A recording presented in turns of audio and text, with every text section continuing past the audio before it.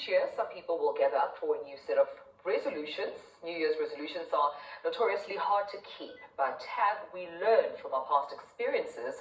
And how do we stick to resolutions and get energy for a new year? Let's delve further into this with life coach Zuleka. Zuleka, good to have you, and happy New Year.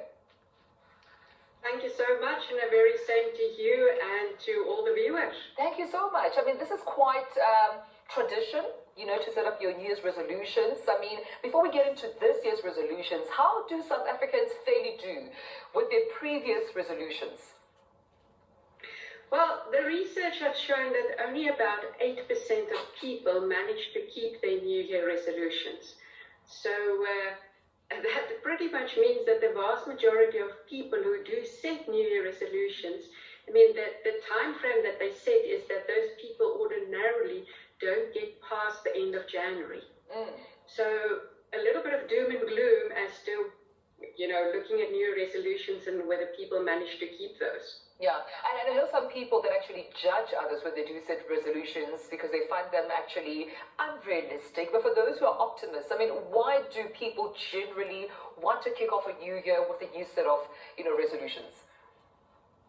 Well, the reality is, if we look at the way that our brains have been developed and the way that the mind works, our minds actually do need something to work towards.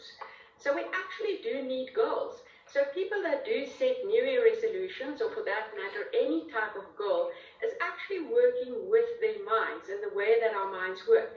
I mean, think about something as silly as losing 2 kilograms to fit into your perfect black little number. Just because you have an end goal or something that you work towards, it's so much easier to then focus on your, you know, on your diet. However, if you just say, I want to have a healthy life, it's so much harder to keep that. So it is actually a very good thing to set resolutions.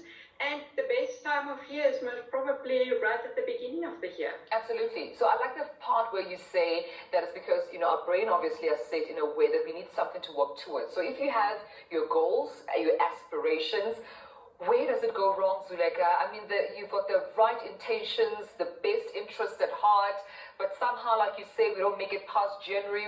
Where does it go wrong in the same brain that sets these goals? So I think there's 3 things, and there's a lot of research around this that actually prove that if you can do these 3 things, you're pretty much set up for success. So the very first thing is to forgive yourself for the past.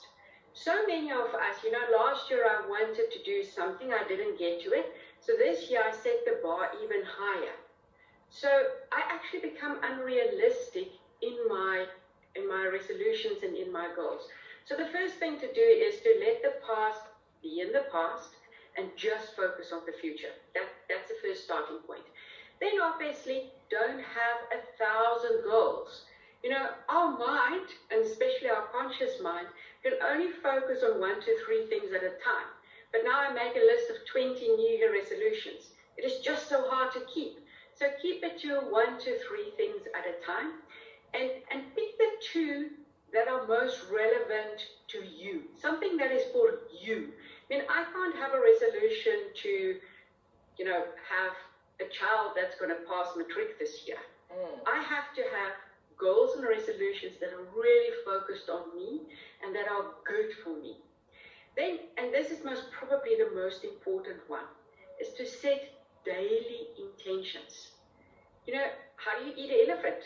Bite by bite. Yeah. So let's for a moment assume I'm setting this goal to run a marathon this year, but I'm not a runner at all. Now, if I constantly focus on running 42 kilometers, it's going to be exceptionally hard. However, if I every day get up and just have a small intention, so maybe today I'm just going to walk for a kilometer.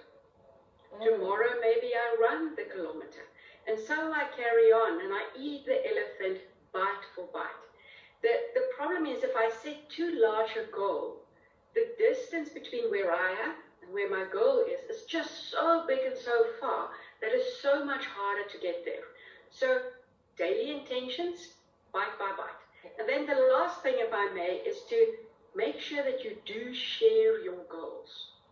Tell people, tell your friends, tell your family, and ask them to keep you accountable. Quite often, a lot of our goals only exist in our minds, and we are driving it, but other people don't know about it.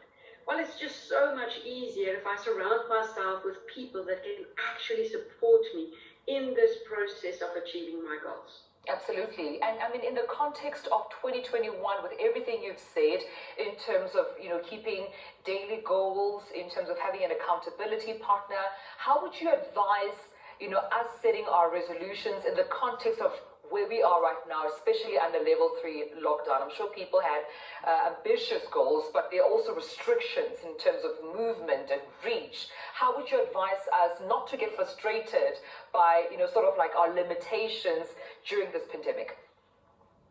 Absolutely, it's a very good question. So it's to set goals that I know can be achieved.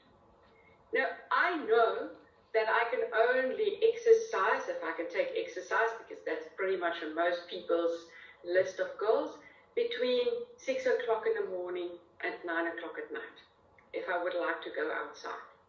So why do I now want to set a goal where I'm going to run at 5 o'clock in the morning? Because all that I do is I make myself very unhappy because there's a limitation. So understand the limitations and set those things within the limitations.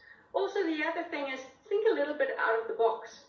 Over this past year, one of my clients actually got super fit. And all that she did was she realized, well, I can't go outside, especially when we had the hard lockdown. And at her back door, she has 2 steps into the house. And every day, and she started with literally only 5 minutes, running up and down those stairs. So think out of the box, use what you have. I mean, it's quite interesting when she could start exercising outdoors again. She continued by just running the stairs and running the stairs. And now she can very comfortably run 10 kilometers with ease. Now, that's what I mean when I say use what we have. And also focus on the things that I have control over. I do not have control over Corona. I mean, literally the only things that we as South Africans at the moment have control over is wearing our masks, keeping our social distance, and practicing good hygiene. Work within those parameters. And don't think, yes, but what if it was this or that? The reality is we don't have that. Right. So focus within the boundaries. Right, then we'll leave it there. Thank you so much, Zuleka. Quite realistic advice there for sharing. Thank you so much. We come to this as